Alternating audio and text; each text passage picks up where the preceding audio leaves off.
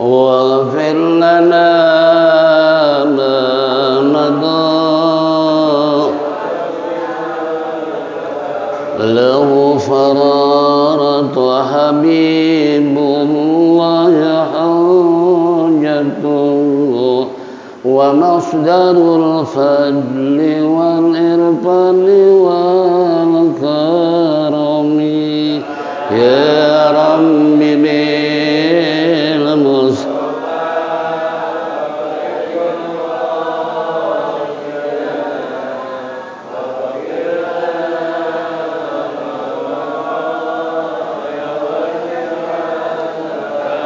أصل الوجود وروح الكون بهجته زين الشمائل والأدب والشيم يا رب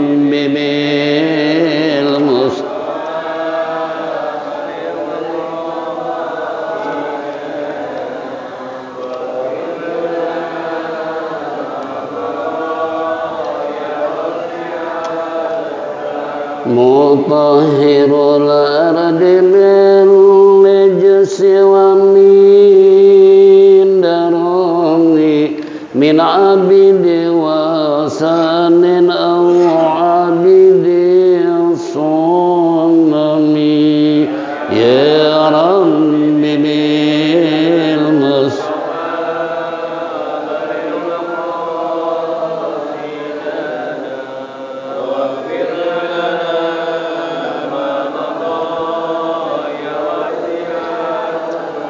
لله من ملك ذي الإنسان من سكر خير البريات من عرب ومن أجم يا رب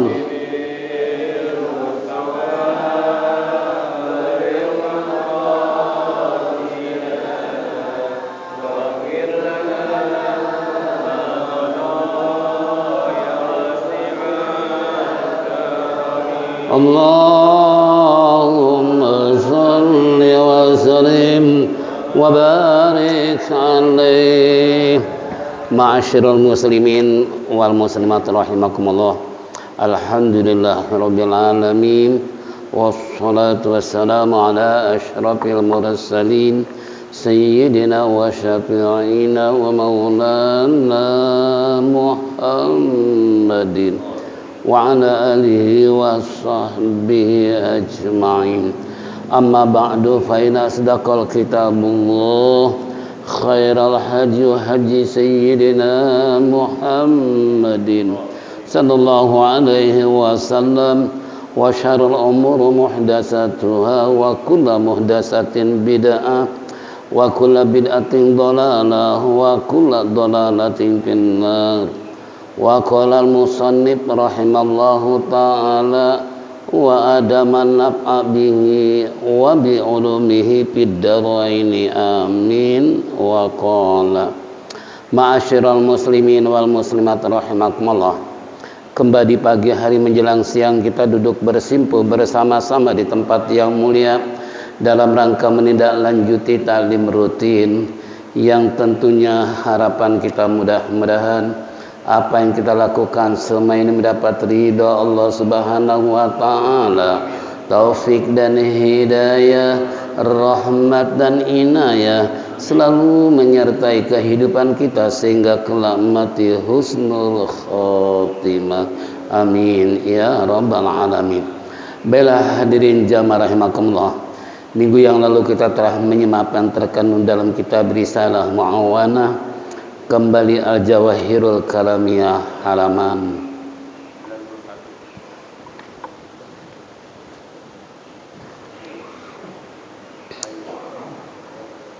qala al-musannif rahimallah sin ayu syai'in yatarattabu ala af'alil lil abadi idza kanat ikhtiyariyah Jim af'alul abdil ikhtiyariyatu idza kanat khairan yatarattabu 'alaiha shawab wa in kanat syarran yatarattabu 'alaiha al-iqab wa amma apaluhul itirariyatu fala yatarattabu 'alaiha syai'un min dzalika.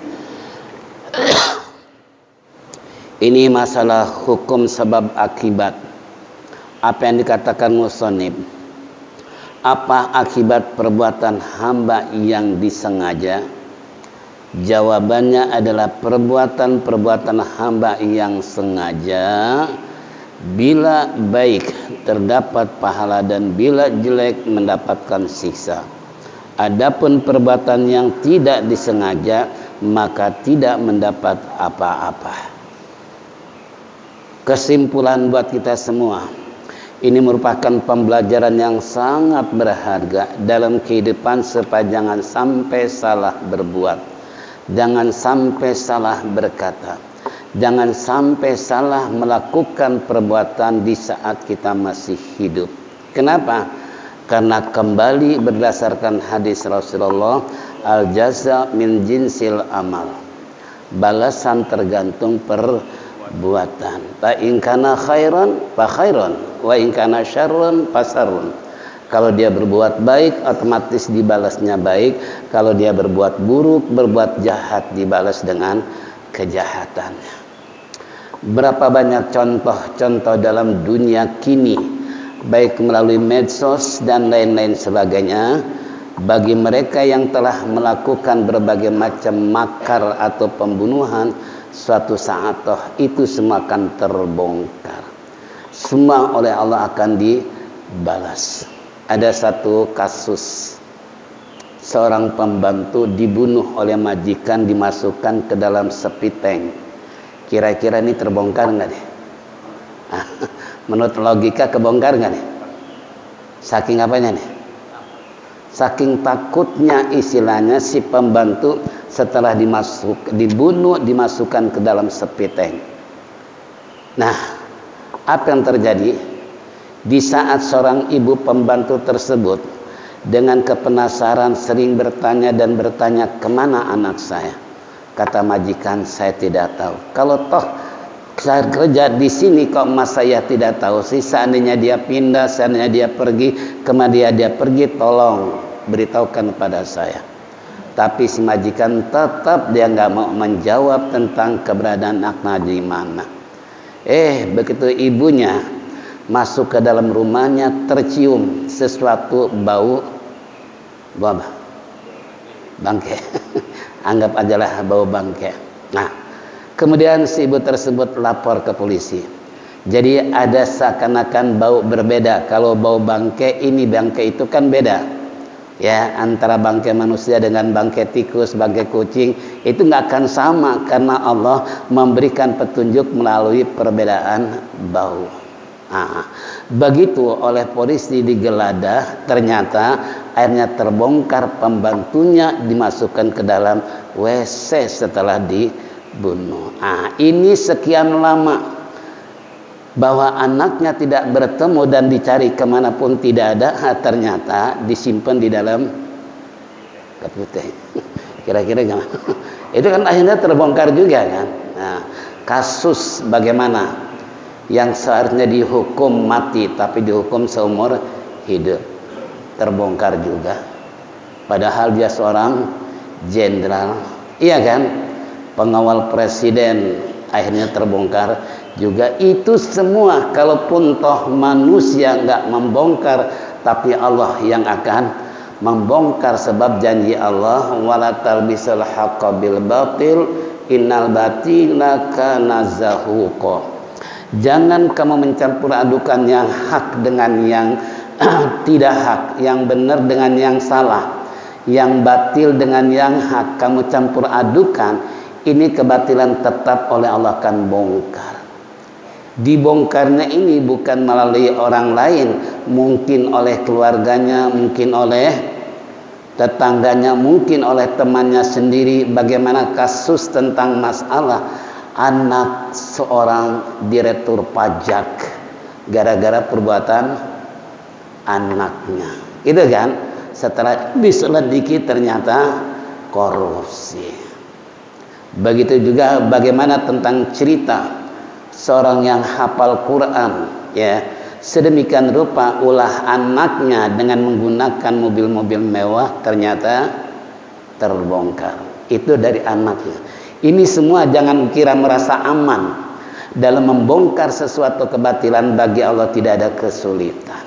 Ya, seandainya para kelompok-kelompok bajingan yang suka nyopet di dalam bis mondar-mandir dari satu istilahnya halte ke halte lain, itu tergantung terbongkarnya oleh temannya sendiri. Kenapa?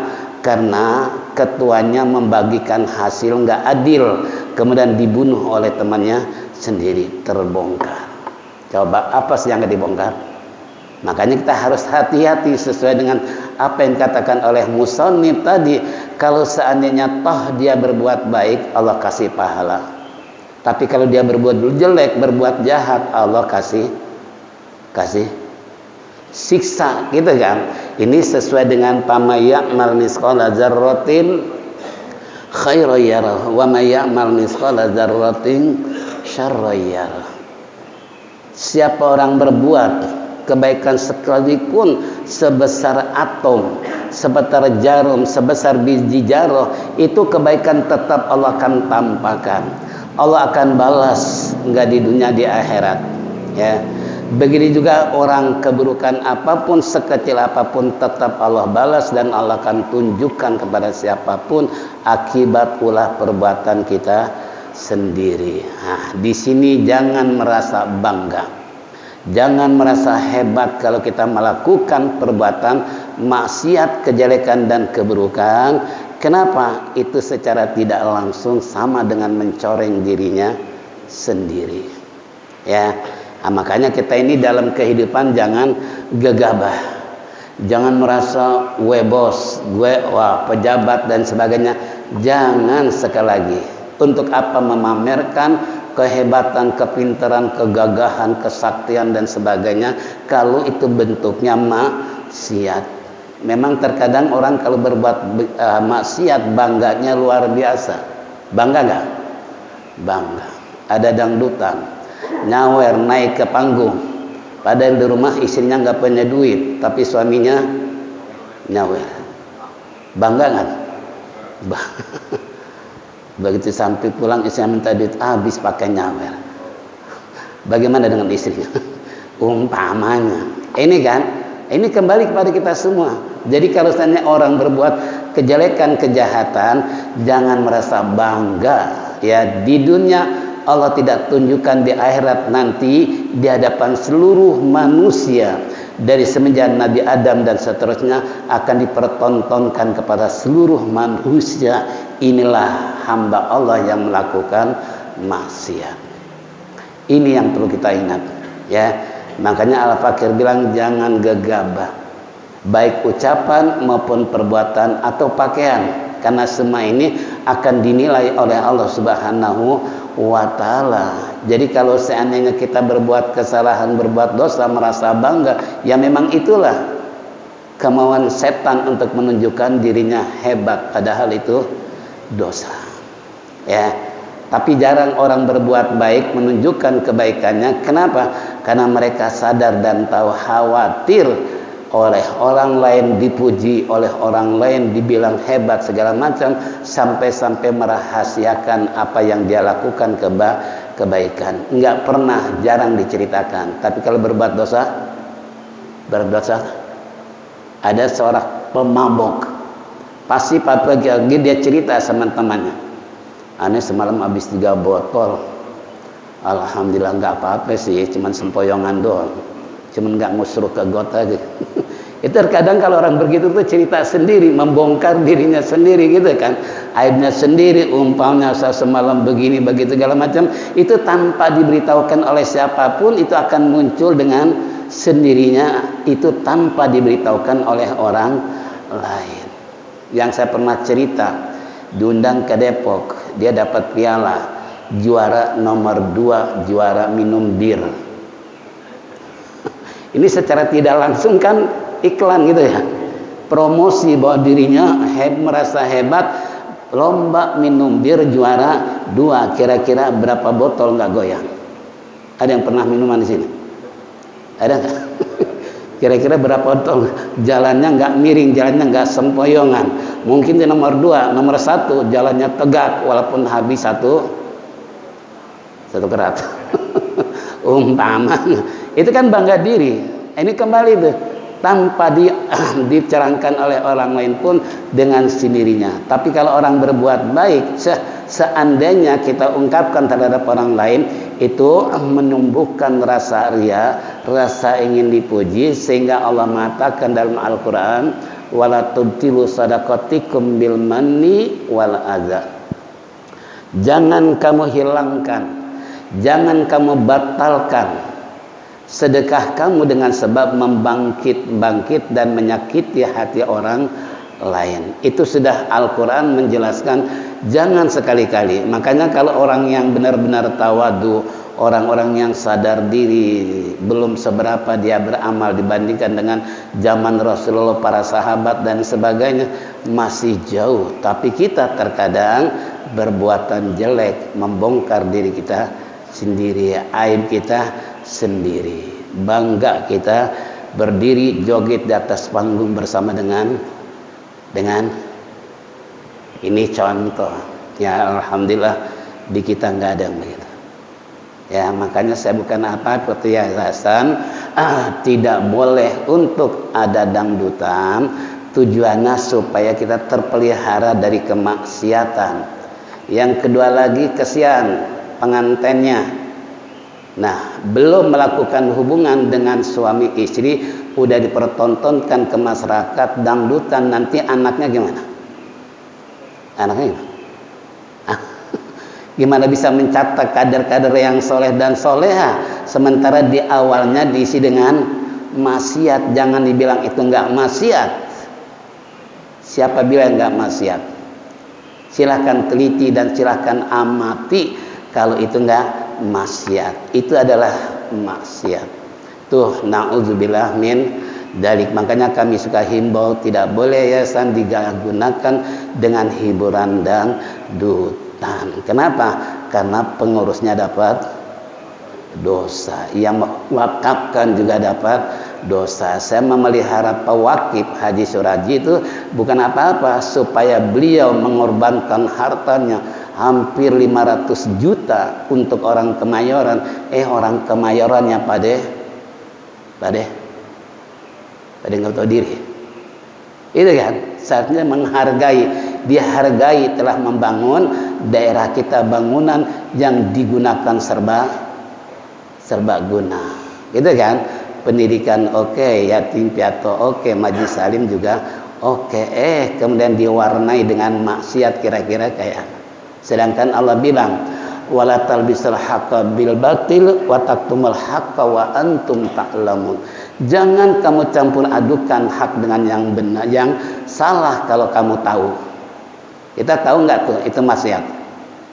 Tahu nggak? Tahu, jangankan orang tua, ya anak muda apalagi. Mungkin anak kecil pun tahu itu perbuatan maksiat, tapi kita masih melakukan juga. Ini na'udzubillah min dalik. Tolong yuk kita sadari, untuk apa sih kita hidup, untuk apa kita jadi jagoan, untuk apa kita jadi orang pintar cuman hanya bisa koreksi orang lain. Itu na'udzubillah min dalik. Jangan, sebab tadi itu ya, pekerjaan apapun secara ikhtiar kita dengan melakukan hal-hal tadi, ya taratabu alal sawab, kalau dia melakukan khairan, kebaikan, itu pasti Allah balas dengan pahala. Nah, pahalanya berapa?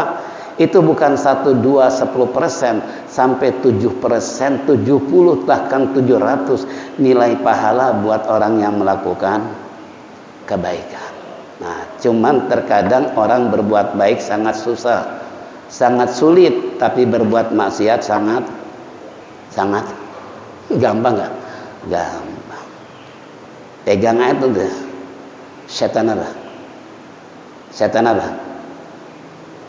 Hah? Setan apa? Itu kan, pegang aja HP, klik.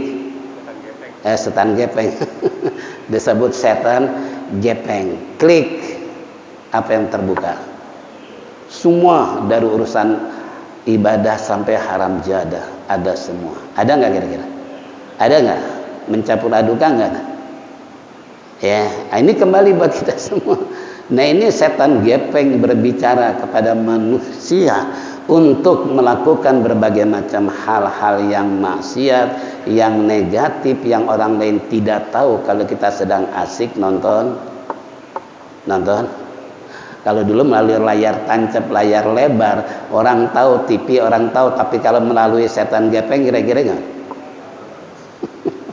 Ini contoh, maaf aja yang punya setan gepeng, yang masih melihara juga, coba yuk kita sama-sama berargumentasi, walaupun nggak semuanya orang mengklik hal yang maksiat. Kalau orangnya baik, kalau orangnya ngerti agama. Kalau nggak ngerti agama, coba gimana ya, sampai menyelundup ke dalam setan gepeng perjudian online, berapa banyak yang jadi korban. Bukan Jakarta, termasuk di daerah-daerah pun sekarang sedang dikepung kampung melalui judi.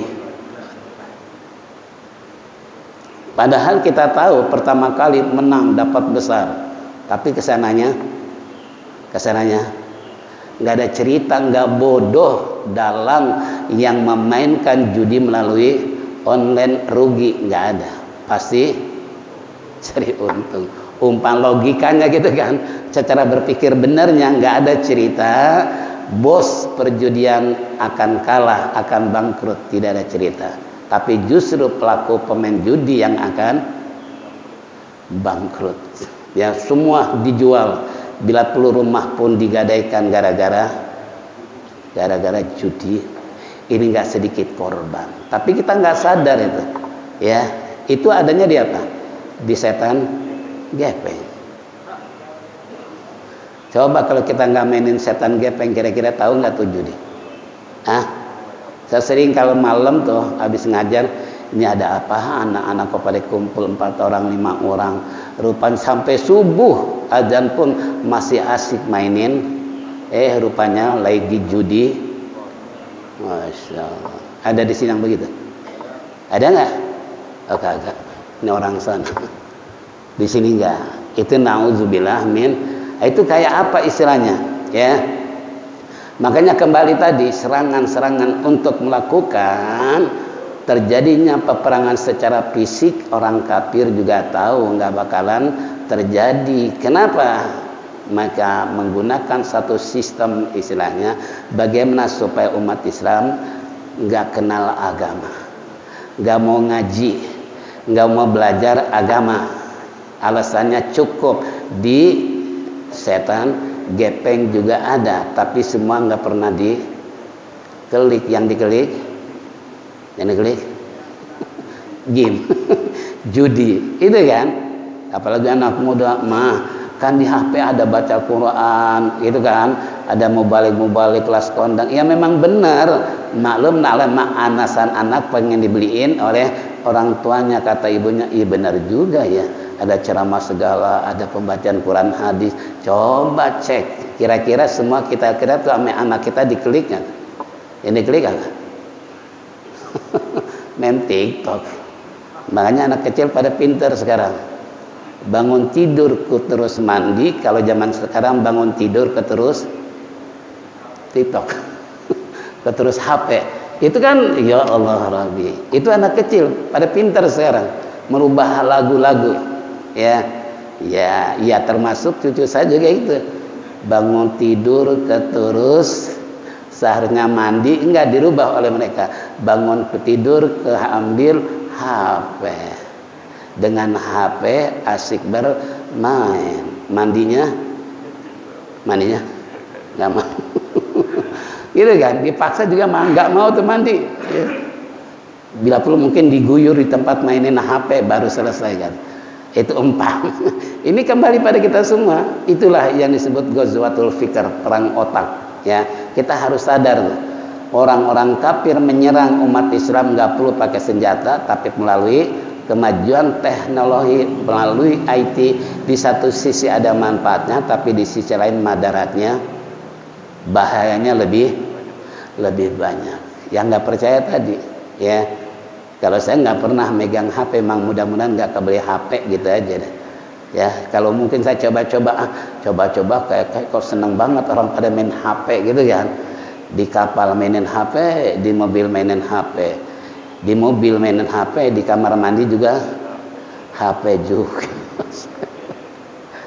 Ini maaf nih yang punya setan gepeng, maaf nih. Ini saya nggak menyinggung, enggak. Memang kenyataan berbicara seperti itu gitu kan. Bagi yang punya setan gepeng. Kalau yang nggak punya setan gepeng, apa yang dipegang?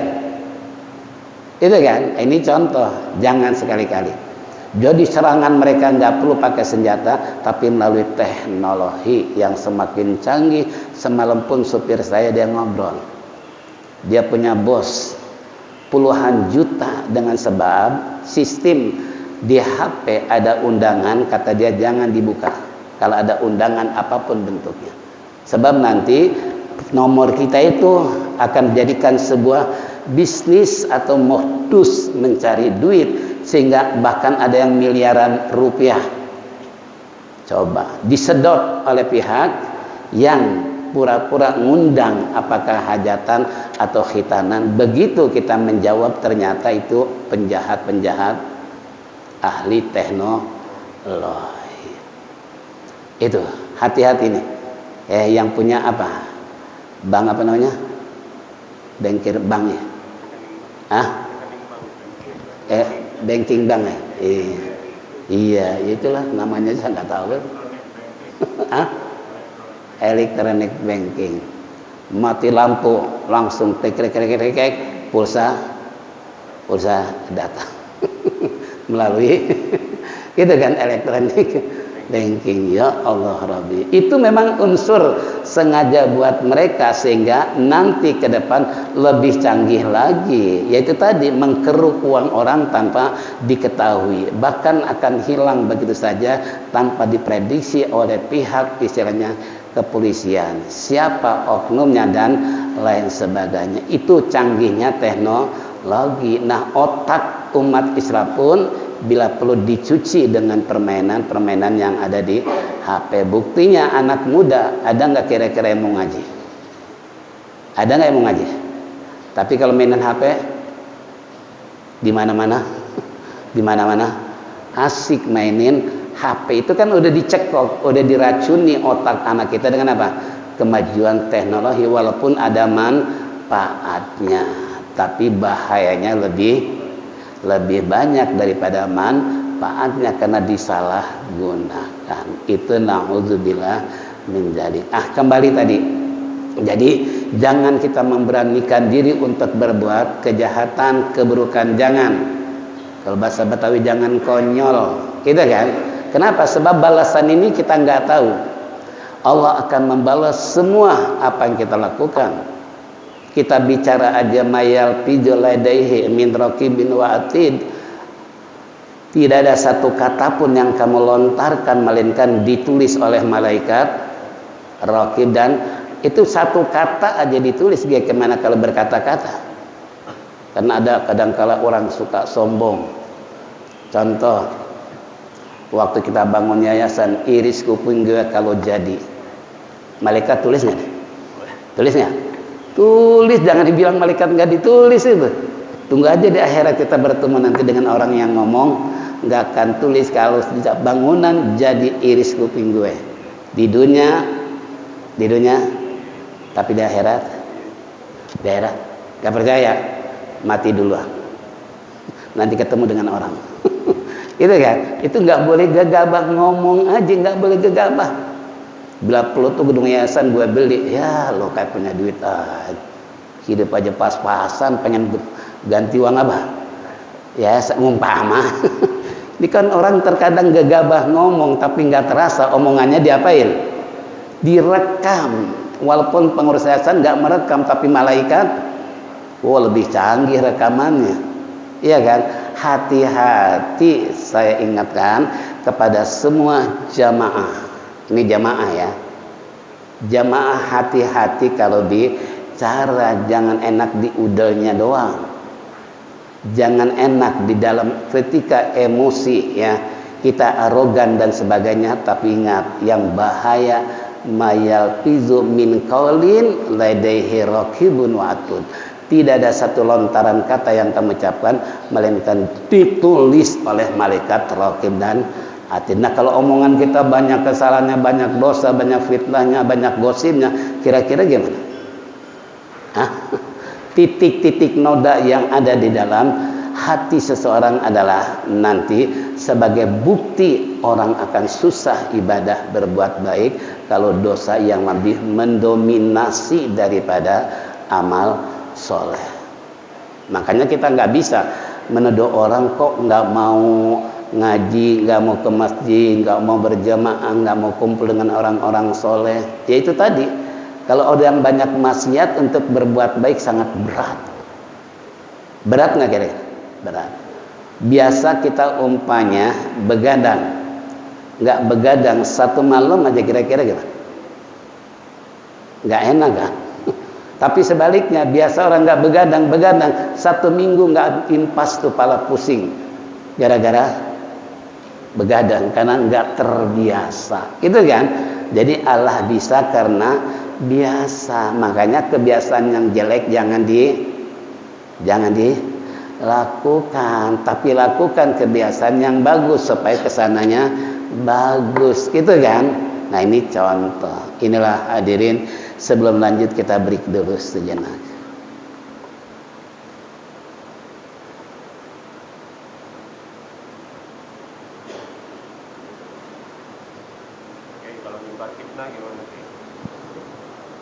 Ini 14 abad yang lalu Rasulullah yang ditakutkan pada umatnya adalah fitnah merajalela. Bukan perempuan aja yang Nabi takutkan, termasuk fitnah, gosip. Kalau bahasa sekarang apa? Hoak. Apalagi kata Allah dalam Al-Quran, di sana apa? Al-fitnatu asyaddu minal qatl.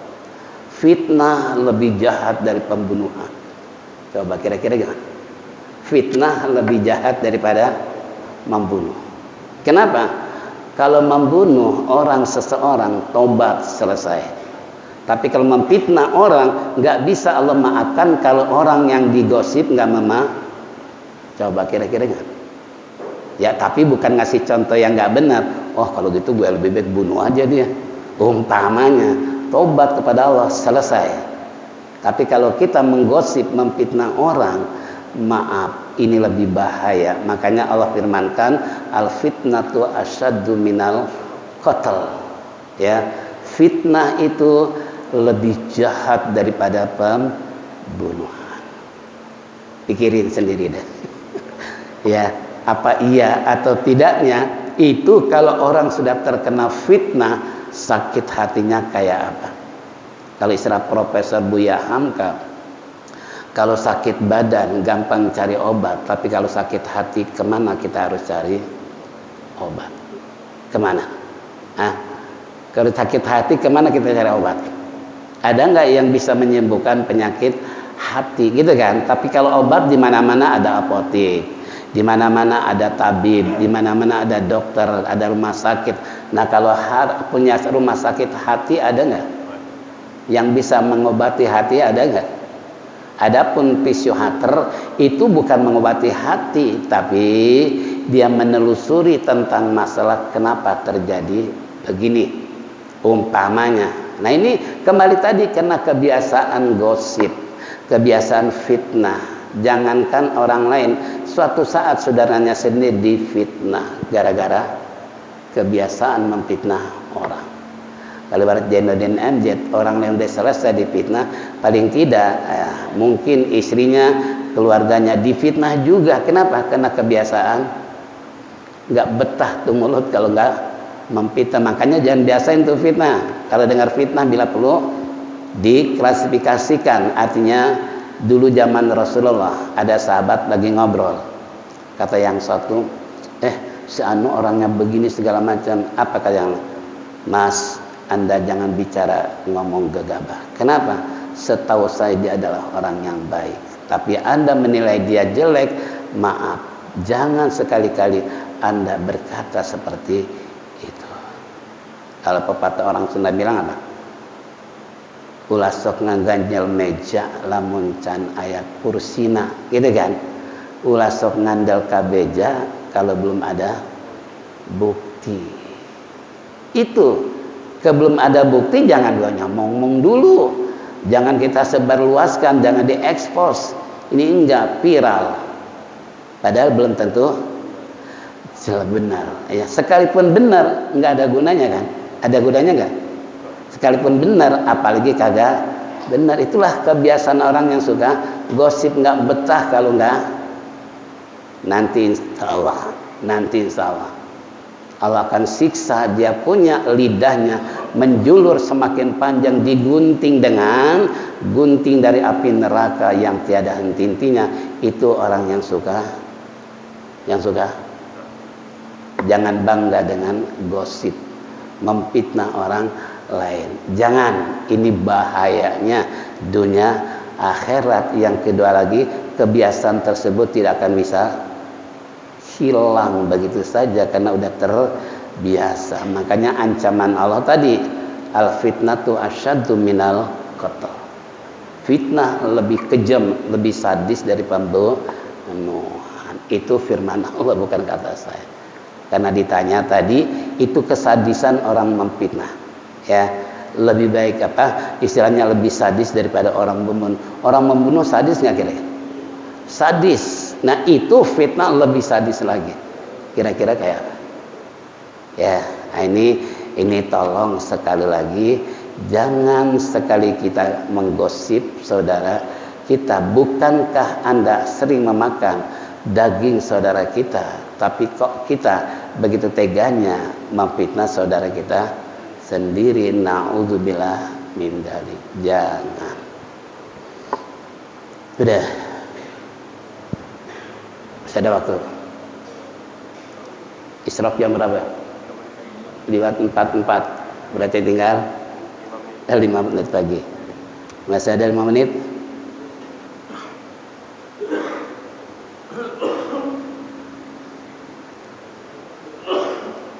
Inilah hadirin jamaah rahimakumullah. Jadi kembali kesimpulan kita, jangan sekali-kali kita melakukan perbuatan dosa kalau tidak ingin disiksa. Tapi perbanyaklah kita berbuat baik kalau ingin dapat pahala. Ini kembali tergantung respon kita sejauh mana dengan bacaan dan penjelasan tadi. Tapi mudah-mudahan kita sadar dan koreksi diri untuk tidak berbuat jahat, berbuat kejelekan, kebab di akhirat nanti Allah akan masukkan ke dalam neraka. Tapi hendaklah perbanyak beramal soleh, insya Allah pahala kita akan dapat, surga tempat kembalinya. Mudah-mudahan kita termasuk hal seperti itu. Mudah-mudahan Allah panjangkan umur, sehat walafiat. Apa yang dengar simak bersama dijadikan ilmu yang bermanfaat, yang menghantarkan ibadah kita diterima dan mendapat ridha Allah Subhanahu wa taala. Kekurangan kesalahan kita diampuninya, kelak kita mati husnul khatimah. Mari kita tutup dengan zikir tauhid. Waliyatafadhal masykur.